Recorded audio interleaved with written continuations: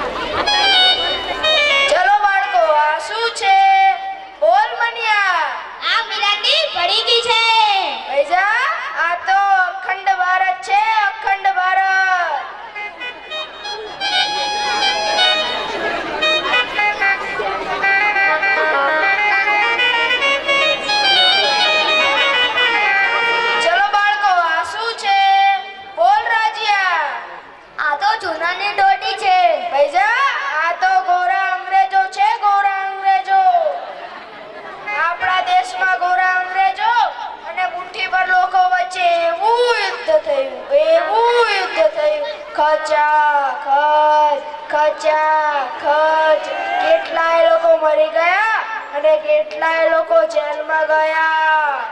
તેથી બાળકો તમારે વિમલ ગુટકા કે કઈ ખાવું ના જોઈએ અને કોઈ ખાતું હોય તો અટકાવજો.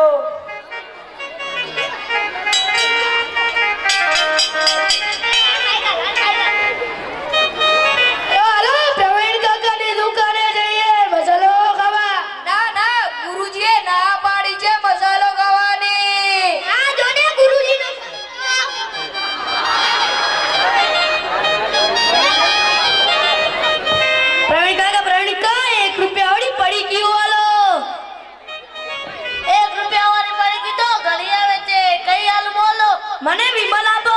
હાલો. મને કુબેર આલો. હાલો. મને રાગ આપો. રાગ ખાવાથી મારો રાગ સારો થાય છે. હાલો.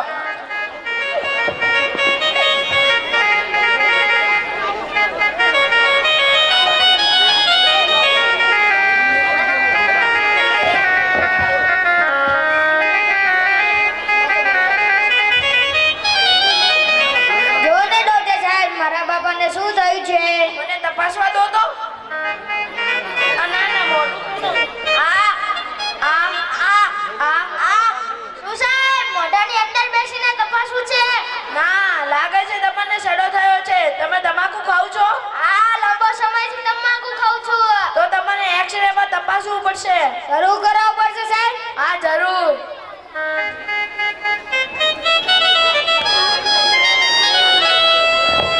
એક્સરે કરાવો છે. 2 મિનિટ ઉભા રહો. લો, 500 રૂપિયા આપો. ચાલો ત્યારે.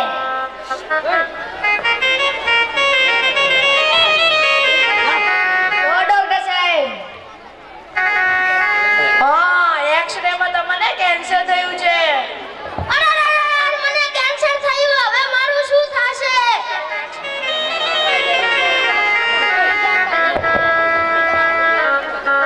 શું થયું છે તારા બાપાને?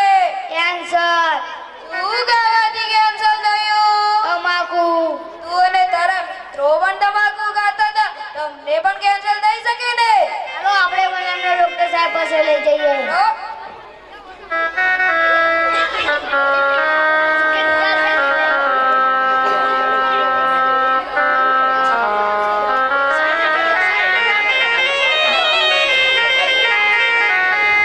ડોક્ટર સાહેબ, આ બધા જ તમાકુ ખાતા હતા. જોજો, આમને પણ કેન્સર નથી થયું ને?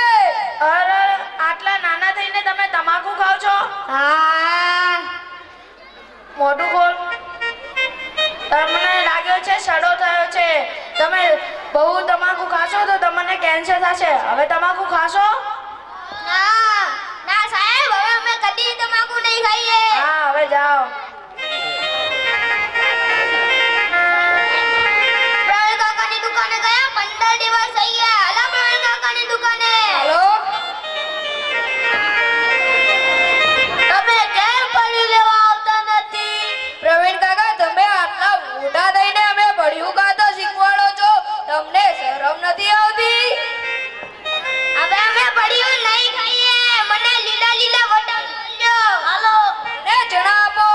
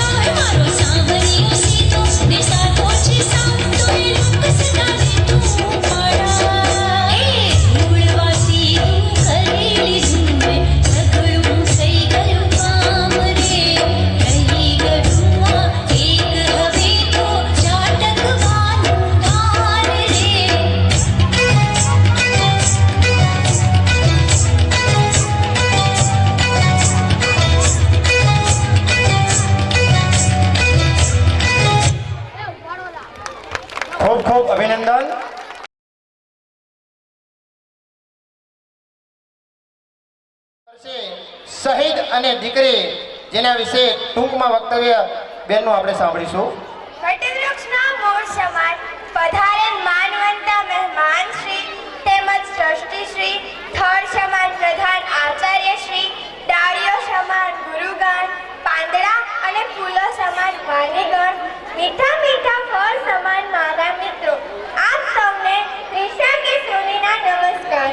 આજના મારા વિષયો છે આત્માનો સાથ ઉખરી અને શહીદોને શ્રદ્ધા સુમન.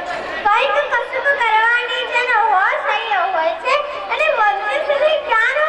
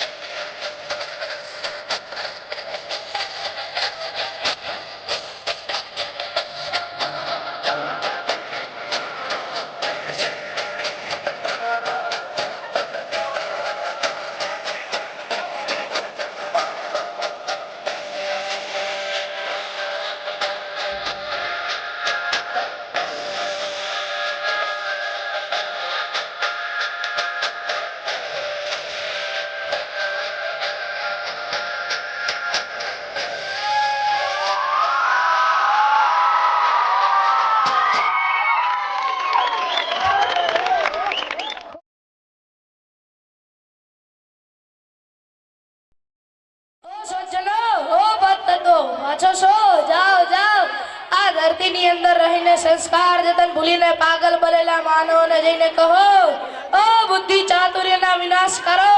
હવે તમારી ધરતી એટલે કે પૃથ્વી માતાની હવે ધીરજ ખૂટી ગઈ છે. હા, હું જાણ આ દુનિયાના લોકોએ મારો સતત સમજ્યા વગરનો ઉપયોગ કર્યો. એ જોઈને હું થાકી ગયો છું. જળનું મહત્વ આ જગતમાં ધીરે ધીરે વિસરી જશે તો થશે શું? મારા વિના માનવ જીવન કે જીવન માત્ર કે વનસ્પતિને જીવવાનું કપરું થઈ જશે. અરે બધું જ નાશ પામશે. મને બચાવો. હું વૃક્ષ, હું પણ એ જ કહું છું. જો ને આ માનવો મકાન રૂપી જંગલોના તોતિંગા ઊભા કરી અમને નાશ કરવાનું પાપ શરૂ કર્યું છે. આ બધા લોકો ભૂલી ગયા છે કે અમે છીએ તો જીવન છે. જીવન અમારું, અમે વૃક્ષો જીવશું તો જ આ જગતના બધા લોકો જીવી શકશે. પર્યાવરણનું રક્ષણ નહીં થાય તો માનવ જીવનનું ભક્ષણ થશે. અમને બચાવો, અમને ના કાપો, જંગલોને જીવવા દો. હું પેટ્રોલ પર ખલાસ જ થઈ જઈશ. આ માનવીઓએ જે રીતે કાર, સ્કૂટર અને અન્ય વાહનોમાં મારો બેફામ ઉપયોગ શરૂ કરી દીધો છે, તેથી અમે તો ખલાસ થવાની તૈયારીમાં જ છીએ. બળતણમાં હું અને મારા સ્વજનો ગેસ તથા અન્ય અમારો જથ્થો મર્યાદિત છે. જો અમે જ નહીં હોઈએ તો શું કરશો વાહનોનું? તેથી અમને વપરાશમાં લેતા પહેલા વિચારી લેજો. હા હા સજ્જનો, હું તમારા સૌની દિલની ફરિયાદ સમજી શકું છું, પણ આ સંસ્કાર જતન ભૂલીને પાગલ બનેલા માનવને આપણા સૌની દિલની ફરિયાદ કરવા જાશે કોણ? ઓ સજ્જનો, તમે શાંત થાઓ. માનવોની આ સમજ વગરની કામગીરીએ મને પણ સુધરાવા દીધો નથી. આ મિલો, ઉદ્યોગો અને કારખાનાના ધુમાડા પૂંજીમાં અમે સુધરાઈએ ક્યાંથી? આ ઝેર ફેલાવનાર તત્વો ચાંપી દેશે શુદ્ધતાને. જો અમે જ નહીં રહીએ તો આ માનવો જીવશે કેવી રીતે? અમે થોડો વખત અદ્રશ્ય રહીએ તો શું? હા, ચાલો આપણે બધા અદ્રશ્ય થઈ જઈએ. હવા, તારા વગર અને જળ વગર આ દુનિયાના લોકો રડશે, આજીજી કરશે અને રડતા રડતા આપણને કર કરશે.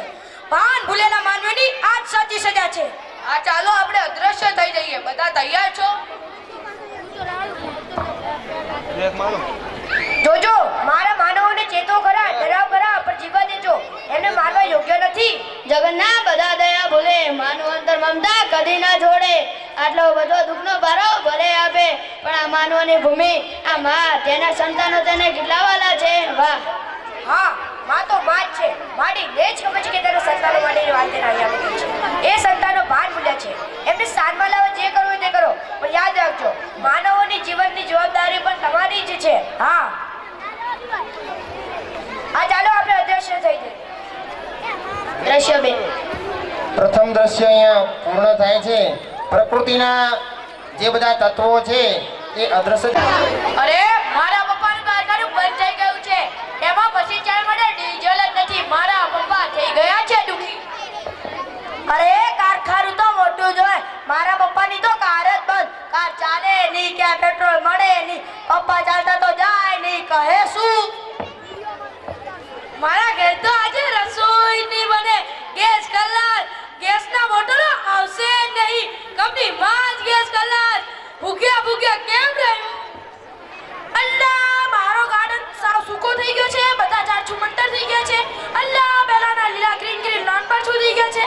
મારા પપ્પા પોલીસમાં ફરિયાદ કરવા ગયા હતા, ત્યાં કને ઇન્સ્પેક્ટર હતો જ નહીં. એમની જીપ પર પેટ્રોલ વગર સ્ટોપ થઈ ગયેલી. બોલો. અરે એમ, મારી વાત તો સાંભળો. મારે પાણી પીવું હતું, ફ્રીજમાંથી બોટલ લીધી તો જાદુ, બધી બોટલો ખાલી, વોટર ગુમ. અરે, નળમાંથી પાઇપલાઇનમાંથી વોટર છુમંતર. આવો આવો જાદુ કોણે કર્યો? મારા પપ્પા કહે છે પાણી વગર શું કરીશું? આ પાણી ગયું ક્યાં? મને ખબર છે, મારા પપ્પા સહી કહેતા હતા ચાલુ ચાલુ. મમ્મી કપડા ધોતી પાણી બધી પાઇપલાઇન ચાલુ.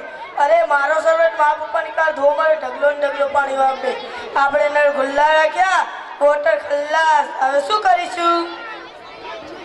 અરે, પાણી વગર, જમ્યા વગર, કામ વગર હવે શું કરીશું? પેટ્રોલ ભલે પેટ્રોલ ખલાસ. હવે પપ્પા ઘરે હશે. બાકી તો સન્ડેના દિવસે પપ્પાને મળાય ક્યાં? સારું થયું, મમ્મી ખુશ હશે. પપ્પા ઘરમાં ને ઘરમાં એટલે મમ્મી ખુશ. મમ્મીને કામમાં મદદ કરાવે ને પપ્પા. અલ્લા, પણ બાપુ હવે તો બિંદાસ મજા. પેટ્રોલ ખલ્લાસ એટલે સ્કૂલ બસ નહીં આવે. હવે સ્કૂલમાં થશે હોલિડે.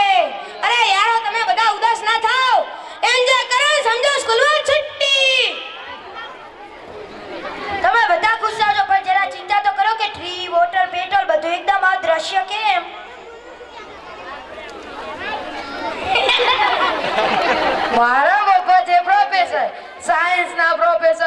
બધી જ વાત ટીચિંગ કરીને જ કહેતા હોય છે. જો તમે કહો તો હું મારા પપ્પા બની બતાવું. સ્ટુડન્ટ આ બધી ચેન્જિંગ પોઝિશન કેમ છે? કારણ કે ગ્લોબલ વોર્મિંગના કારણે જ આ બધું થયું. પણ પ્રોફેસર સાહેબ, આ ગ્લોબલ વોર્મિંગ છે શું? રહેવા દે, નહીં આવડે શી ખબર. આજકાલ બધા ગ્લોબલ વોર્મિંગ બોલ્યા કરે છે. રામ જાણે કોને ખબર આ છે શું. ગમે તે હોય પણ દોસ્તો યાદ રાખજો, આપણે ને આપણી મમ્મી પપ્પા બધાએ પાણી, ગેસ, પેટ્રોલ બચાવવા જ પડશે. પ્રદૂષણથી ડરવું જ પડશે. ડરવું નહીં, પ્રદૂષણથી બચવું જ પડશે. તમને ખબર છે આ કોણ છે, કેવા વિનાશક છે? નહીં બચો તો આપણે બધા જ મરી જઈશું. અને જો ધરતી માતા ધીરે જ ખૂટી ગઈ તો થશે શું? બધા જ સુમંદર થઈ જશું. ખૂબ સરસ, અભિનંદન બાળકોએ.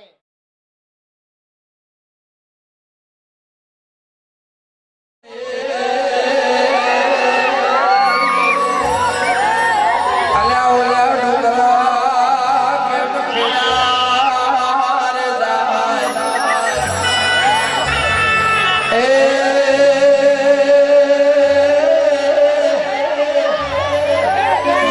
એ ઓલો કાગળ હોય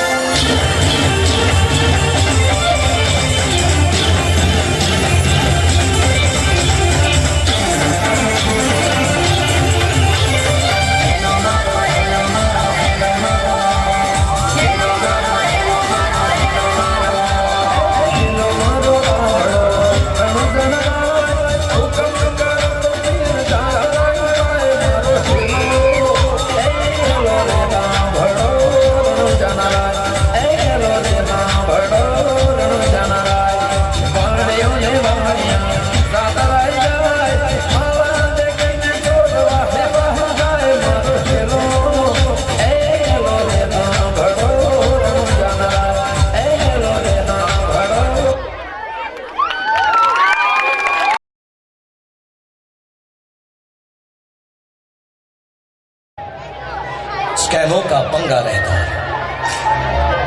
जहां आम आदमी सड़कों पे आधा सा नंगा रहता है, इस हाल में भी, इस दौर में भी हर दिल में तिरंगा रहता है।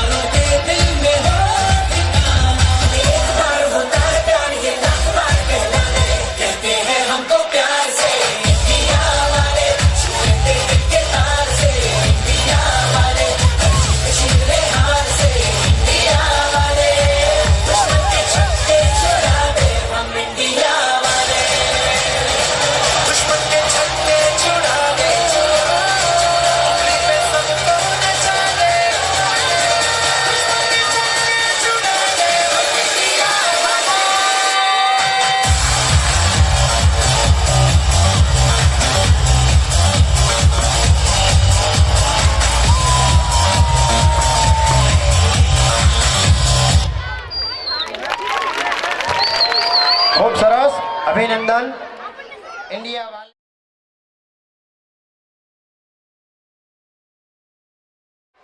પ્રણામ. આજનો મારો વિષય છે સ્વામી વિવેકાનંદ. સ્વામી વિવેકાનંદનો જન્મ 12 જાન્યુઆરી 1863ના રોજ કોલકાતા શહેરમાં થયો હતો.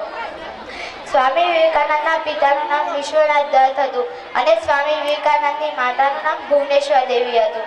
માતા ભુવનેશ્વરી શિવ ભક્ત હતી. સ્વામી વિવેકાનંદના બાળપણનું નામ નરેન્દ્રનાથ હતું. સ્વામી વિવેકાનંદને બાળપણથી મનમાં એક જ પ્રશ્ન હતો કે તમે કોઈએ ભગવાનને જોયા છે? ત્યારે તેમની ભેટ દક્ષિણ સ્વરના પૂજારી શ્રી રામકૃષ્ણ પરમહંસ સાથે થઈ. સ્વામી વિવેકાનંદે શ્રી રામકૃષ્ણ પરમહંસને પણ એક જ સવાલ પૂછ્યો કે તમે ઈશ્વરને જોયા છે?